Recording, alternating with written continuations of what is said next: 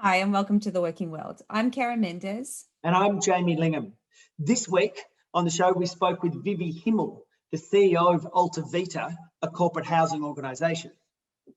Yeah, Vivi took us on a really interesting journey around the evolution of corporate housing, not only pre-COVID, but also the acceleration of that evolution during COVID and what we're going to see moving forward from a corporate housing perspective. So for me personally, as a mobility professional, it was really insightful to kind of think about what I'm going to need to look at and revisit when it comes to supporting my assignees in a corporate housing space. Yeah, exactly, Karen. I think also looking at the seismic shift that COVID has created in the space, in the way we work, in the way we live, in the way we move around, actually with our extended family members being the pets that we've all purchased through COVID. And I think, it's people in for a real treat. I think there's lots of really great takeouts and hope you enjoy the show. Vivi, good evening and welcome to the show. Hi, Vivi. How are you? Hi, Jamie and Keryn. It's really, really nice to be here. Thank you for having me. How's London? Well, we're a bit primitive around here. I think the rules have not yet eased down yet. So we're just waiting and seeing until we're allowed to let go. However, we have been allowed to have coffee outside with a friend. A good concession. Baby steps. An improvement. Baby steps, exactly. I mean, you guys are going till sort of end of June, aren't you? You're going to be locked down in that situation. Yeah, I think that the shops are starting to open in April. Certain shops, not all of them. And I think, step by step, all the way until June. That plan hasn't changed yet. We haven't heard anything otherwise. Yeah. No, it's an interesting time. I think we're all going to look back on this and go, wow, remember when we were locked down and we couldn't travel or we couldn't leave? I don't know if you have, limits on distance, but a lot of these lockdowns, obviously there's only a certain amount of distance you can go from your home. That was certainly the case for us here in Melbourne anyway. I think we had a 5K radius. Yeah, you can only go 5 kilometres from your home. You're only allowed out an hour a day for exercise or shopping. But I think lots of different countries are testing different ways to do it. It has been an unbelievable period in time. But as far as, I suppose, Vivi, with your, sort of level of expertise with corporate housing, I just wonder if you could maybe take us through a bit of a journey just on I mean, you've lived in 11 countries. You have been the ultimate expat. You have lived mobility, you've breathed it, you've got a history in it. You haven't just done one move, you've done a number of moves. Do you want to just talk us maybe through your own personal journey first? Well, my first move was actually where you are, not quite the other side of the coast. My siblings and I were sent to boarding school in Australia in Perth.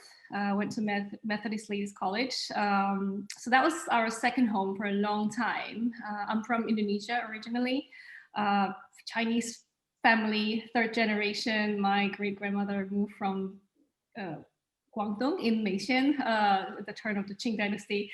So that started then, and then to New York, Hong Kong, London, Tokyo, Shanghai, and many others. So I was just fascinated by different cultures, and I love to just be embraced in their intricacies, idiosyncrasies, and one way to get to know that from my perspective is through learning language. So I speak multiple languages, not all of them fluent, but I can pretty much understand and read and also communicate conversationally. Wow, it's impressive. What a great gift to have. Well, I mean, I think it really broadens up your perspective and horizon when you understand the language, the way people think, and language really shapes everyone's culture. Just thinking about it, like my husband is German, and I studied German as well, and it's so complex and so detailed and long and fascinating in a way, because it does shape the people in Germany, and definitely my husband. He is so detail oriented, and when I speak to him, I need to be careful. I need to really think it through because otherwise he will continue asking me a lot of different questions. And then when you think of Cantonese, for example, Cantonese is a very efficient language. It has 9 tones, so Chinese Mandarin has 4 tones.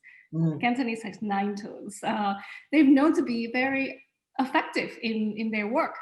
Their airport is designed very effectively. The country, everything has the system that they built. So I do believe that language definitely shapes people's culture over time. I've done a fair bit of travel myself, and I've spent a lot of time in Vietnam and actually in China as well. And I know that there's been certain times where I've tried to say certain words, but I haven't got the tone correct. And you'll start to come out with and in Chinese you say "tuo so" for the bathroom, which I know I've probably just mucked that up again. But I remember going. Actually, that's not bad. And that's not bad. I was at the server there, and I was going "tuo so," and they were like, "What?" And I was like, "tuo so," and I was trying to change up my tone to get to the bathroom. And then in China, as you're probably aware, they call it the WC, and I just went WC, and he's like, "Oh, tuo so," and I'm like, "That's what I said." It was fun. Get lost in translation for really sure. Yeah, but I think that they don't expect sort of the Westerners to start talking in single Chinese words. I suppose if they think I speak Chinese, I'd put a full sentence together. So it was interesting. Well, do you guys picked up any langues Not on my end. Not on my end. I speak a number of words in a number of languages. I'm that sort of, I've got the key words. Because through necessity, obviously, in travel. But yeah, I think, you're right. It's the best way to integrate quickly into society. And what I've found as well is making the effort to actually start to learn the language is so appreciated by the locals. They know you're giving it a go. And even in France, everyone says, "Oh, you go to French," and the French, and particularly in Paris, are so rude. And what I find is my French is particularly bad and very rusty, but I still try it. And I found when I was in Paris last, they were just so accommodating and friendly. And I think that they see the effort that you're putting in. And so it always gets me when I see expats who have lived, say, in Beijing for 20 years and they don't know any Chinese. I think that's well, I'm sure they tried and then realize it's too much work, and then there's a lot of work at work. Yeah, it's a confidence game as well, right? Like, you've just got to put yourself out there. You're going to say, "Okay, I'm going to try and say "tuo so," do it, however, just get out there and do it. But just on the question of, I suppose, global housing or housing when you've been moving around, have you seen an evolution over the years of how expats have been treated with their corporate housing? And I suppose, sort of what was it like? What's happened during COVID? And then what do you see as the future? Yeah, that's a great question. So service apartment is a big part of the corporate housing sector. And actually, believe it or not, it originated in Asia. And that's because, I'm talking about the 70s, 80s, 90s, where there were a lot of expats coming to the region, and there weren't enough supply of Western friendly accommodation. And we take it to, kind of the extreme. Back in the 70s, 80s, China isn't what we see today. So back then, tuo so is a different new role to what we see right now. So there was that big demand of service apartment to provide kind of Western friendly accommodation to the expats. And then that sort of evolved along the way to the US. A lot of the Asian brands have moved to the US as well, like Fraser's, Hospitality, Oakwood, Citadine, Ascot, all the big brands. They actually, first and foremost, Asian, Singaporean brands before they are American. And then over the years with COVID, what we see is actually the favorite towards what we call the short-term rentals, alternative accommodation type of housing, where you get a bit more unique private homes, bigger space, but at the same time professionalized. What we have seen here in Alta Vita, we started the business about 4 years ago, and we've seen how it evolved from a very kind of hit and miss experience to now, a bigger fraction of it becoming extremely professionalized, meaning there is professional property manager who knows how to deliver hospitality first before they are a technology company. And they really look at streamlining guest communication, touchless tech is very in during COVID, and you don't want to touch anything. And actually that technology had already existed before, but the pandemic just accelerated the adoption. And then obviously if you move with family, you don't want to stay in a traditional box style corporate housing where there's no character. You want many bedrooms to accommodate your children and pet. Pet relocation is something that we see quite a lot during pandemic. There are I mean, pet is a different story altogether, but essentially there's a rise in adoption of pets, dogs and cats over the pandemic. So definitely the same with relocation as well. So unique homes, private homes can accommodate pet relocation better. So generally speaking, with the rise of digital nomad as well, mainly a lot of them are Gen Z, millennials. They really prefer this unique type of apartments that are not kind of sterile or boxy type of service apartments. And we see kind of like a blending in property assets. So it's actually still running a building, but each unit is more unique, more personal. The furniture is well thought out. It's not just any coffee table. It is a design piece of every home, for example. And we see the rise of a lot of these professional service apartment / short-term rentals operators popping up in different regions. In the US, we see Sonder, the likes of Sonder, for example. In Latin America, there's Kasai. And then in Singapore, in APAC, I think maybe not in Australia yet, there's Hamlet. So these are like the companies who are setting up the future of hospitality. If we think of hospitality today, we think of Hilton, Marriott, Starwood, Ritz-Carlton. They were born in the 90s or 80s. I don't know, but definitely previous century. So there's a lot of companies who are now incepting, essentially shaping up the future of hospitality in that sense. Yeah, it's interesting because I mean, Alta Vita, I guess, was when you say 4 years ago it was born, I guess that was, well, Airbnb was probably around, the concept of Airbnb, at least anyway, was around about the same time, if not before that. And so I know for some of the organizations I've worked with, that attraction to your comments around moving away from the sterile kind of Western standardized apartments and that more custom feeling like you're at home, even though it's somebody else's home, is attractive. The only thing that's starting to get some conversation now, excuse me, is, especially because of COVID, is the cleanliness factor. Yeah. So you're moving into a property that perhaps has inconsistent standards of cleaning and hygiene. So I wonder what you see for the corporate housing market in relation to those sets of standards and ensuring those, because surely now that is a absolutely top priority for everybody now, surely that's going to make and break some of these emerging competitors or existing operators in this space. Surely that's going to push either them to rise to the challenge or either break them because of the costs associated with that.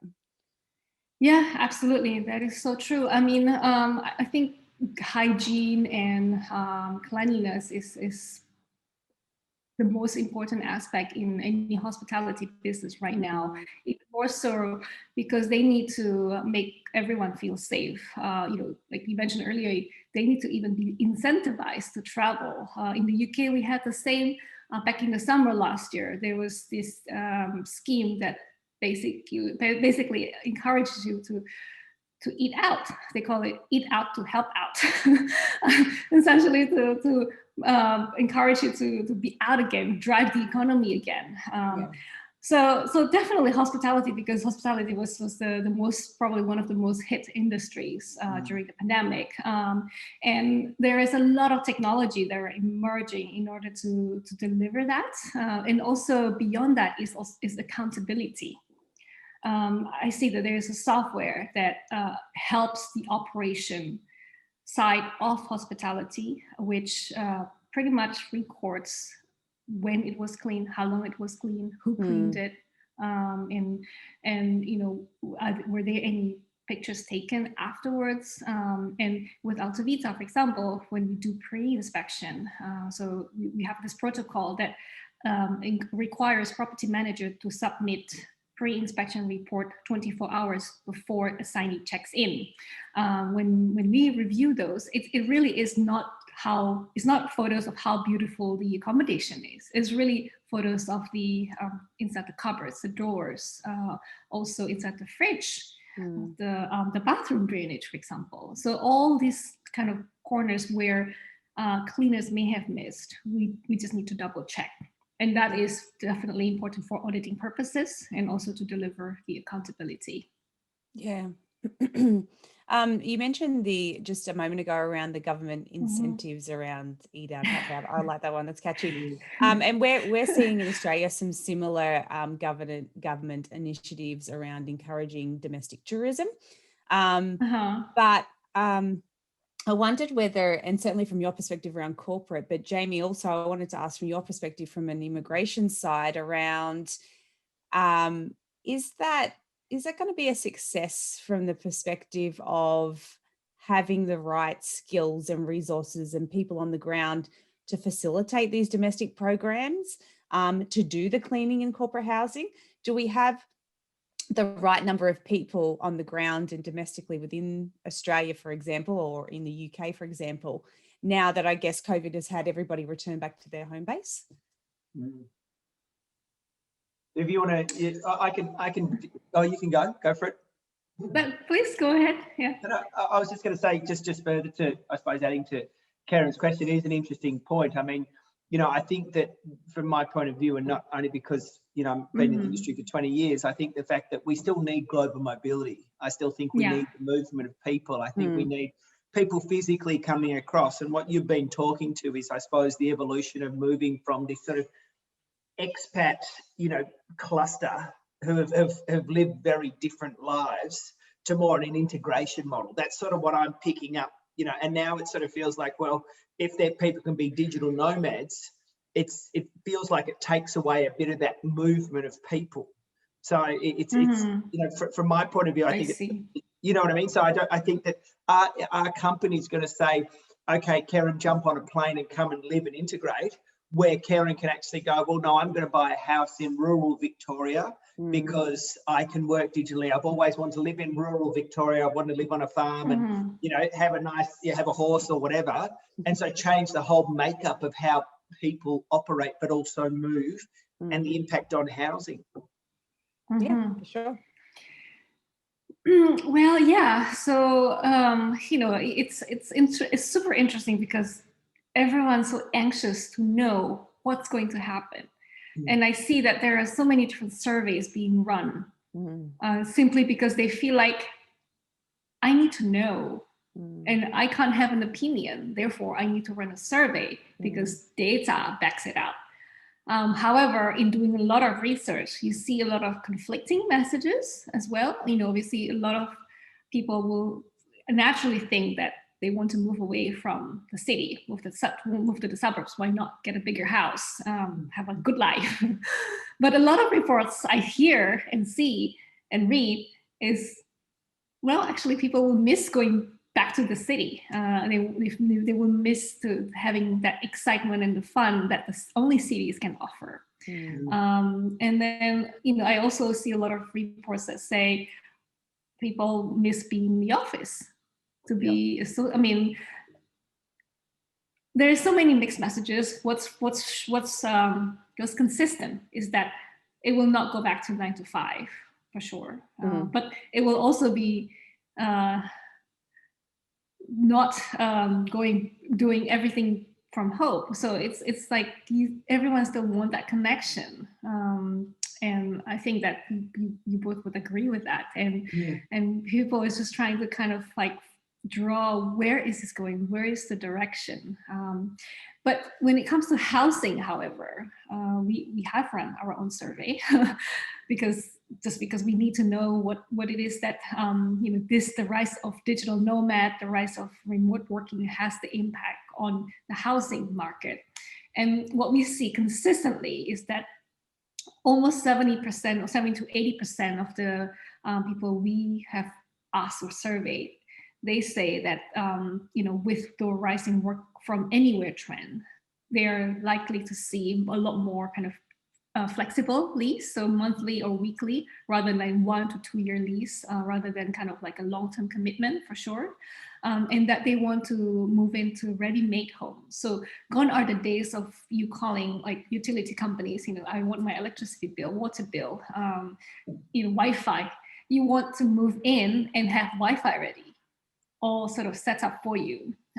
And that's why it's important to also have modern furniture, because modern furniture speaks to more people, definitely the younger generation. But you don't want to move into a home where like the furniture comes from, I don't know, 2 previous centuries. And some people would appreciate it, but most of them probably not. So having that readiness of furnished housing that are more acceptable for the wider generation is where we see the trend is going. Regardless, work from home or work from the office. Yeah.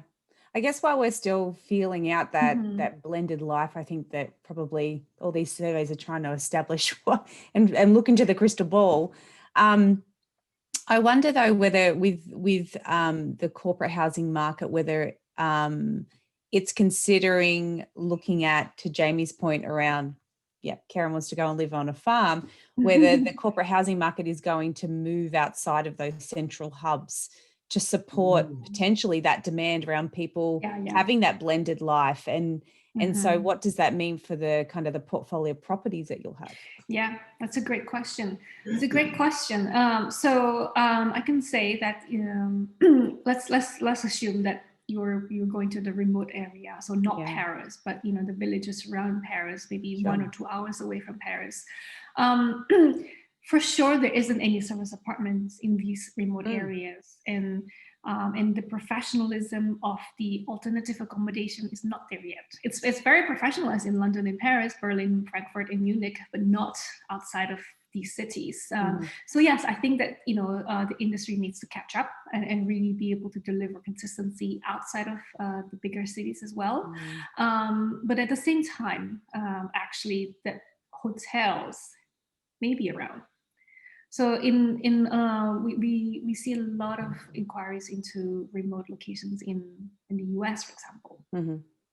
While the service apartments aren't there, alternative accommodations aren't there, the hotels are there. And the hotels in the remote area are bigger by nature because they're not city. So they have much better facilities and probably bigger size. We see a lot of trends kind of combining 2 rooms into 1 unit, so that you have 1 bedroom and then also kind of like a workspace. So they are packaging hotel units together now to offer as an apartment that you can work and sleep at the same time.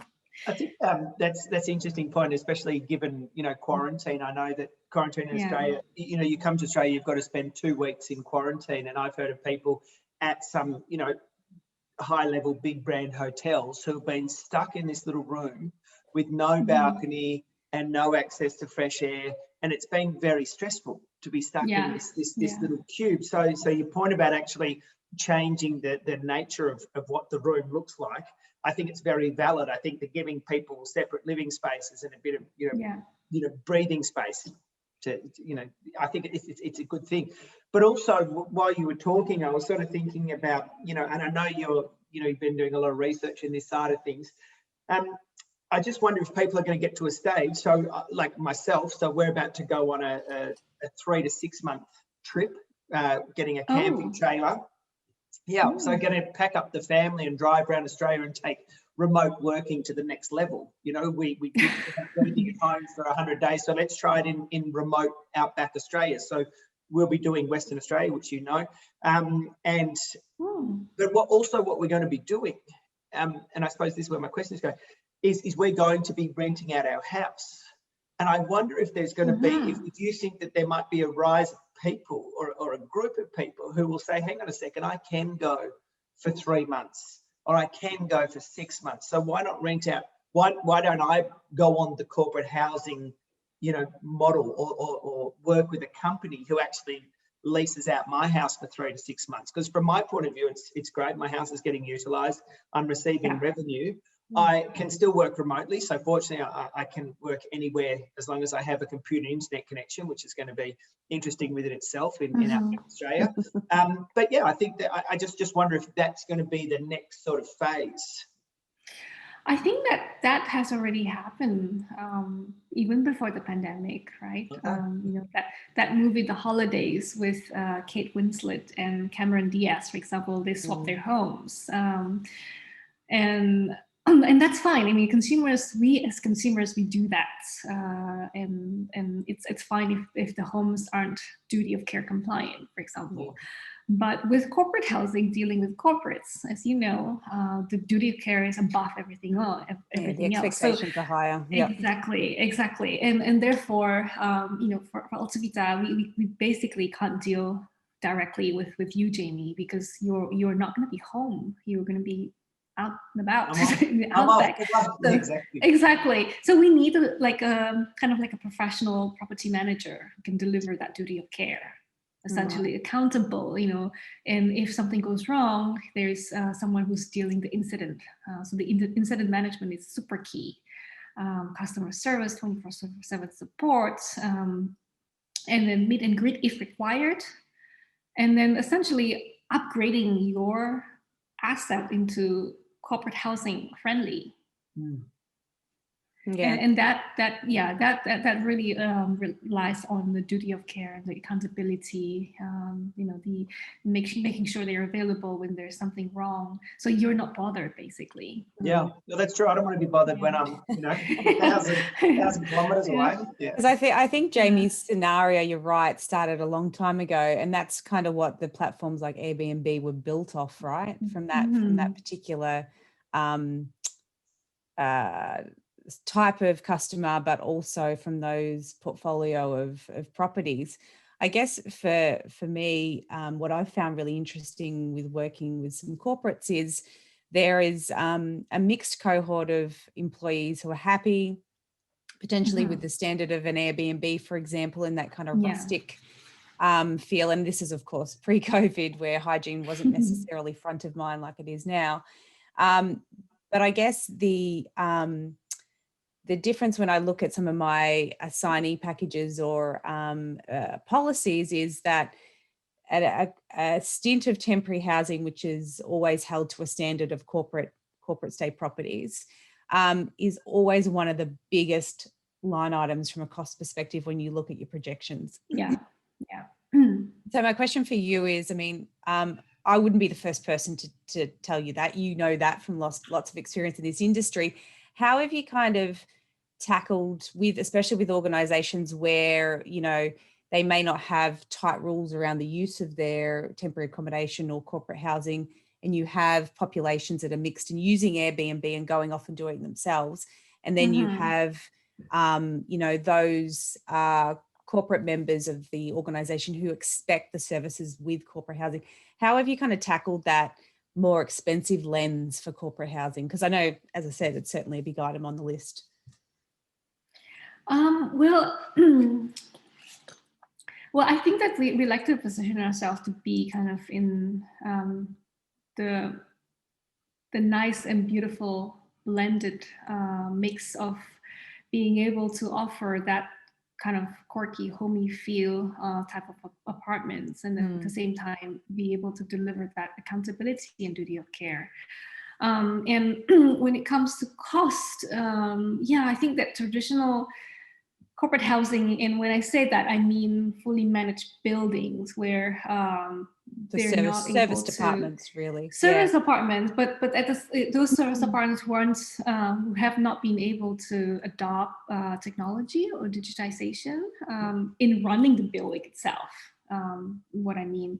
And sometimes that could, and also because they have brands that they have to take care of, perhaps marketing and sales costs are quite expensive as well to maintain that reputation. So yes, if we look at apples to apples without any multi-layering cost structure, service apartment tends to be more expensive than kind of the professionally managed alternative accommodation, which tend to be cheaper, a bigger space, more homely, more spread out, and more private. But let's just say that they are at par. There is still quite a lot of multi-layering cost structure, which basically, which is why Alta Vita exists. Really, we wanted to solve this. We really want to disrupt the space and removing that kind of unnecessary cost and disintermediate the sector. Sure. The sector has been for a long time, since I think the 90s or something, has been operating with this bidding tool or bidding system, which means that when you initiate an assignment, you basically enter into this system that sends, like, let's say 20 to 30 emails to different suppliers. And then let's say 50% of those 30 suppliers, 15 of them are willing to enter and manually input, upload images, copy and pasting. They then get fed into kind of maybe more structured data into that bidding tool. And then someone from whoever is doing the bidding tool probably assess those 15 housing and then submits 3 best options. And that process takes about 24 to 48 hours. Finally, when you initiate the assignment and then until your assignee actually gets the email, 48 hours. And the problem with this, I mean, from the point of view of the assignee, they get, 3 best options. It's actually not bad, except other than the cost. It's actually the supplier's experience is very bad. I mean, who likes to copy and paste? I mean, maybe people do, people don't. I don't. I'm not sure about you. Copy and pasting. It's not super efficient. No. And there, and there's possibility for human error as well. Precisely. And in human labor it's very expensive. In Australia, it's definitely right. In the UK, it's the most expensive line item in any company's P&L. Yeah. And so that's why prices get inflated very quickly because of that inefficient sort of housing sourcing tool. Sure. So our mission is it's not a mission, actually. We do it. We've done it. We cut that 48 hours to just a few minutes time. Sure. When you initiate the assignment, the assignee gets it within 3 minutes because we have live inventories in our system. Yeah, so no one has to cut and paste. Responsiveness is key because society has definitely shifted to a very impatient one with social media and definitely. Yeah. Vivi, are you finding that people are having to update their corporate housing policies for sort of a during and post-COVID world? I mean, is there going to be many fundamental differences that people who are watching who are involved with mobility, what will they need to be thinking about? What is the future and how do they document and share it? Well, definitely workspace, for sure. That's not going to change. Even if you go back to the office, you won't go back to the office all the time. Yeah. People have tasted the sweetness of working from home, and that's actually not bad. Actually, you're more efficient, right? More productive working from home. But you don't want to work all the time. Exactly. Maybe that's good for once or twice a week or 3 times a week, and then you just go back. For me anyway, my ideal work from home / office scenario would be office 1 to 2 times a week, and then the rest at home. Just bond and have that emotional connection. Have a pop bottle of champagne on a Friday happy hour with the rest of the colleagues. I think that's important, but at the same time, I don't need to see them every day. So the hybrid model is going to be there. I think it's just a question of how much and how office space is going to be required. Should it be more kind of collaborative workspace like the likes of WeWork and so on and so forth? And does that mean companies will not have to enter into long-term leases with offices. So it's not just homes, but also offices, I think, commercial assets. Yeah, so I think I had a point earlier and I can't remember what it is. It'll come back. Come back. Yeah. Yeah, so just as far as the policies go, so you think that people become more flexible on what they do and I suppose how they manage, their workforce? Yeah, I think so. I think in terms of policy, yes, work from home. So instead of 1 bedroom, it's probably 2 bedrooms, so that employees can work from home. Yeah, the breakout area. It's a really good point. I wouldn't even thought of that. You're right, because if you're looking for someone to move across, you want to make sure that they have a space where they can work efficiently and effectively. And especially if they've got kids, they want to be able to close the door. I mean, I know that I love working from home till about 3:20. And then my kids come in the door, and then I think I wish I was in the office. Yeah, exactly, exactly. So, when we see housing options, we look at whether the signee is a single person or a couple. Because if it's a couple, you do need 2 bedrooms. Yeah. I mean, I can't imagine working in the same space as my husband because I want to call all the time. He will be pretty damn annoyed by the time we finish work. We can hear each other. So I think that's also a consideration, especially when you have kids. Then you definitely need multiple rooms. Yeah. Jamie, I think from the corporate lens, I think we're also going to see not only policies change, but perhaps procurement or sourcing contracts with corporate housing being reviewed as well. So Vivi touched on a point around, the trends of leases moving to shorter periods, being more flexible. And so I think that you'll probably see a lot of procurement departments when renewals come up being more detailed and putting a lot more scrutiny on those deals that they're doing moving forward. That's a good point. I actually hadn't thought of that as well, but you're right. I think maybe this is an opportunity for people to review, their existing contracts. So yeah, that's a great point. If it was mine, I'd definitely be doing it for sure. Yeah. And any other trends that you're seeing in the industry that you think that we're going to be welcoming that we haven't sort of touched on today? I think that we did touch on a lot of things. I probably just want to make sure that I have conveyed that I think there's a trend to go asset light, meaning that when you are relocated, probably you won't want to move your furniture with you. Is what I said a year ago, and I think that thesis is proving to be more right, because why should you move your furniture if you can move into a more ready-made home, and especially if you're going a bit more digital nomadic, then if you just spend 3 months in one city and then move on to another and explore another city, then furniture is going to be a burden for you. I mean, it's a different story for this more sentimental piece of furniture. You probably we'll probably bring it with us. And I have a grand piano at home, which I would love to bring with me when I move. But other than that, like all the other items, I'm happy to just move on and get a new brand new. The grand piano is the ideal thing to keep lugging around from space to space. It's a tricky one. Yeah, and one thing you did mention earlier was the rise of pet ownership. And I know that in Australia, the price of what I call designers dogs, the cavoodles, and these sort of lovely dogs, they've really gone through the roof. And I've actually had people who were purchasing animals through COVID or dogs through COVID, and the price was so expensive they actually started to buy them from Queensland, and Queensland had sort of a third of it was just crazy. And everyone I know, well, not everyone I know, but a lot of people I know sort of bought dogs, and I know that my kids were like, can we get a dog? And it's very tempting to get an animal, but now this adds a whole level of dimension, because as you said, so you've got people who now have pets, who want to move, who want to take the liquor cabinet and the grand piano and now the dog.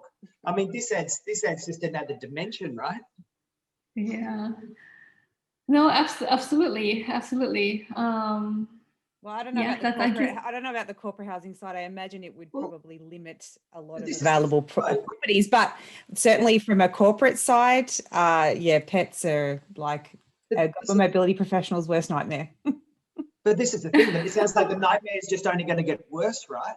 Potentially. Yeah, it Yeah, is. triple maybe. Yeah. Yeah, I mean, it's a good question. Look, and I guess Vivi, the question probably is, is corporate housing ready for that? Like, because I imagine a lot of properties, especially in downtown city spaces, aren't obviously equipped for that. So, do you see a lot of property owners being more broadly minded in relation to pets? I think so. I think if we ask the question, more often than not, we get a yes rather than no. Yeah. So I think that everyone is adapting to that. Yeah.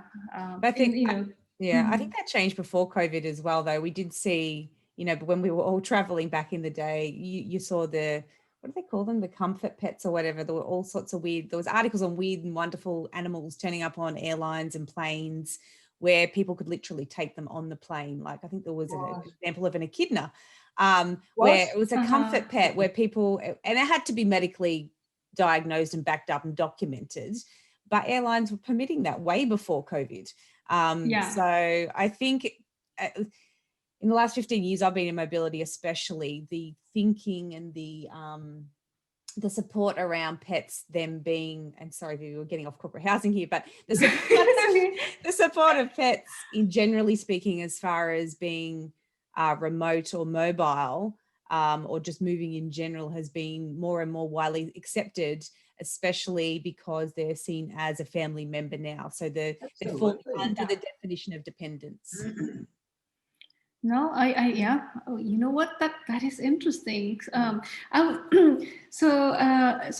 Ben and I were just reviewing the federal travel regulation of the U.S. federal agencies, and it's fascinatingly complex. And I personally enjoyed reviewing it. But essentially, the per diem calculation changes whether or not you move with reimbursement or lump sum. And it changes with if you're going for house hunting trip or if you're finding a temporary quota before you find your permanent home. And actually the percentage of the per diem calculation per dependent changes based on the policies. I wonder if pet is included as a dependent, and if also I haven't seen that. I haven't seen that yet for sure. But I think kind of like to your point, Vivi, around people will be moving with less furniture, and that will have an impact on the removal side of mobility. I think the more people who buy dogs, take dogs, or whatever animal you want to see, I think that'll have a slow impact on the corporate housing, the style of properties, the types of portfolios that organisations like yourself have under their umbrella.